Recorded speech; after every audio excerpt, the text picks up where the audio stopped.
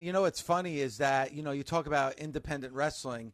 The first All In 2018 was like that showcase for independent wrestling. And we wouldn't have AEW if it wasn't for that first All In back in 2018 coming from, the Bucks and Cody Rhodes and what they were able to put in. I still have that as maybe the best pro wrestling card that I ever went to was that first All In 2018 right outside of Chicago, because it was kind of like the greatest hits of independent wrestling. And to see where it's morphed into right now, but, think about that, Denise. In 2018, could a show outside of the WWE draw 10,000 fans?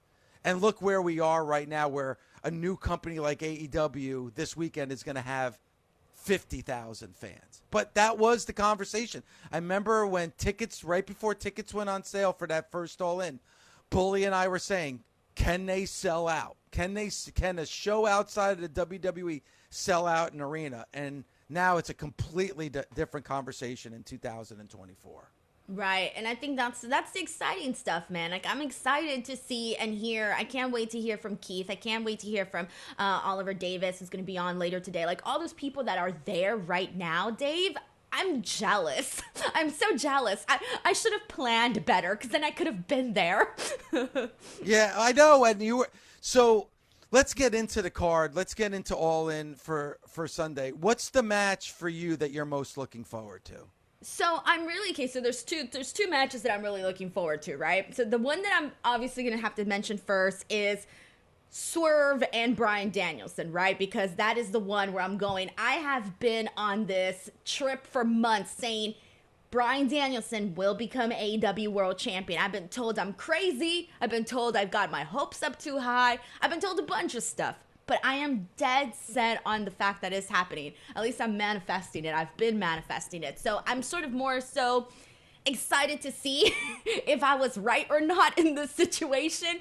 Yeah. And I want to see Bryan have that moment. I really, truly do. And we mentioned how good Wednesday's Dynamite was. And earlier I had mentioned how when the fans were chanting, yes, yes, yes, and they zoomed out and you see the whole crowd and Bryan Danielson's in dead center in the ring and everyone's so excited. It really just had the atmosphere and the vibe that, hey, this man is going to have his moment at Wembley. And so that was the feeling that I got coming off of that. And so I want to see that moment happen. I want to see that shot of Bryan holding up the AEW World Championship and everybody at Wembley chanting, yes, yes, yes, confetti falling down, you name it, celebrations, fireworks, whatever. I want to see that moment. And then in terms of like another match that I'm really excited about, because I really, really enjoy Darby Allin. I just think he's hella freaking fun. So I gotta go with the coffin match for the TNT Championship. I was sort of torn on this one, Dave, because I thought, yeah, you know what, Jack Perry is probably gonna win this match. But then I thought, there's no way Darby Allin loses a coffin match. Come on now, that's his thing. What are we doing? So I am gonna be having to go with Darby Allin there. But even like Will Ospreay and MJF, Will Ospreay, we know, is a great wrestler. We can sit here and we can talk about, you know, all of the accolades and all of the attention that his matches have garnered, right? And we know that. We know he's a great wrestler. On the other hand, you got MJF. MJF's a guy that people always forget. He can put on some stellar matches as well. MJF has had some phenomenal matches, and I think people always forget. And then he has a good match and everyone's like, oh shit, MJF can actually wrestle. And it happens every time. So now you got two guys that can legitimately go. I'm very much looking forward to that match. MJF has proven everybody wrong. Oh, he's only good on the microphone. He's not great in the ring. And then he has an hour-long match with Bryan Danielson. I think he had the dog collar match with CM Punk that shows you he can brawl. Like, he pretty much can do everything right now. He's not just a one-trick pony. But I want to go back to Swerve and Bryan Danielson. And the war of words that we saw on Wednesday was absolutely fantastic. I thought that was maybe Swerve's best promo that we've seen from him since he's been champion. And, you know, Bryan Danielson is always going to capture you and your emotions because, you know, we lost him for so long. We never thought that Bryan Danielson was ever going to be back and being able to wrestle again. And he talked about that moment. And for me, I really don't know Denise. I don't know what that moment is going to be that's going to end All In, because this is definitely going to be the main event. I know a lot of people have kind of speculated what's going to be the match. To me, there's no doubt it's Swerve and Bryan Danielson, because not only is it for the AEW World Championship, this could be the end of Bryan Danielson's career. And we know the issue that Bryan Danielson has had, the health issues that Bryan Danielson has had. I got to tell you, I'm not so sure how this match is going to end on Sunday. I really don't, because that moment could be him holding that AEW World Championship above his head, or it could be him going out in front of 50,000 fans. Like, if you're going to go out, Denise, I can't think of a better way to go out than wrestling in the main event for the championship in front of 50,000 fans. I honestly don't know what we're going to see between those two on Sunday. Dave, no, it's not time yet, Dave, no. I'm telling you, he's gonna have, to me, the story from the very beginning has been about Bryan Danielson having the heart, this immeasurable thing within him that is going to get him to the championship bout. Because the story that they've been telling, right, is that Swerve Strickland is, he's a young guy, he's 100%, he's at the top of his game, that's who he is, right? Versus Bryan Danielson, it's like his career is more so a little bit behind him than it is ahead of him. He's going towards the end of his career, and he's broken down, he's getting hurt here and there, and he's more of a broken down man, and that's what they've been talking about. So how does a broken down man defeat a man who is not?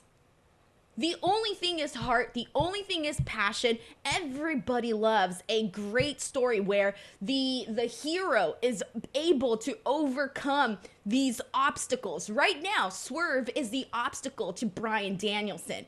And so to me, I see this as a story of a man who thought that he had lost it out. He didn't have that much left, but damn, he did what he needed to do. He fought so freaking hard, and he freaking made it. We've been seeing it also with the story, the whole portion with him and Jeff Jarrett, right? Where Jeff Jarrett has been giving him these little pep talks and things like that, right?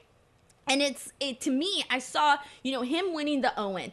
And I had, the moment that it hit me, Dave, that Bryan was winning the title, the moment that it hit me, it was one promo from Bryan Danielson. And he had done it, I think it was during the tournament, where he had talked about how he had gone for the title multiple times and had not won it. But that this time, it was going to be different. Now, I didn't do that promo justice. Someone go back and watch that promo, because the things that he said in that moment, I listened to carefully. And in that promo, it was just, it hit me. I'm like, he's winning the title. And from that moment on, I have been sold.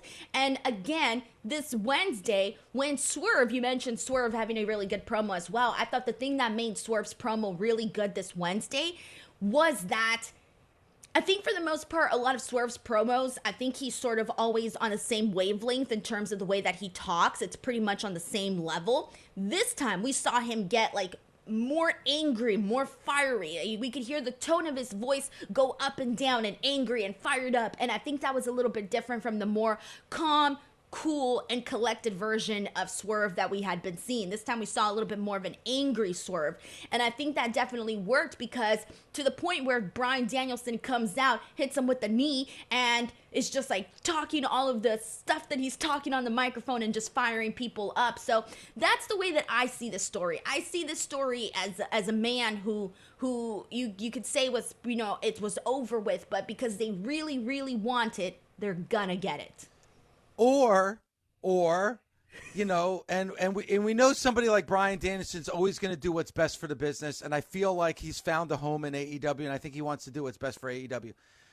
Listen, make no mistake about it, Denise. I love Bryan Danielson. I hope he can wrestle for another 10 years. Nothing would make me more happy than to see him continue. He's still relatively young. He could go for another decade, no problem, if he was healthy. But that's a big if he's healthy. Here's a man, wife, 2 children. He was able to have that second career. He thought his career was over. He never thought he'd be able to get back into the ring and wrestle again. Now he's had this second life. He's helped a young company, get to that next level. You know, maybe this is it for him. What more does he need to do? The guy has been at the top of the game. He's had the ultimate WrestleMania moment at WrestleMania 30. You know, he's had multiple WrestleMania main events. You know, he's going to be wrestling on Sunday in front of 50,000 fans at Wembley. The guy, you know, whether it was Japan or Ring of Honor, he's one of the greatest pro wrestlers of all time. You know, when it's all said and done, who knows, Denise, when it's all said and done, his career's over, maybe people like us are putting him in our top 10 of all time. But maybe this is the end of the line. And what better way to have your signature goodbye than to do it in front of 50,000 fans and also take Swerve Strickland to that next level. If Swerve can beat a Bryan Danielson at an event like All In, think about what that's going to do for him and what that's going to do for that AEW World Championship. Imagine Swerve coming on Dynamite next Wednesday and saying, I am the one who slayed the American Dragon and ended his career.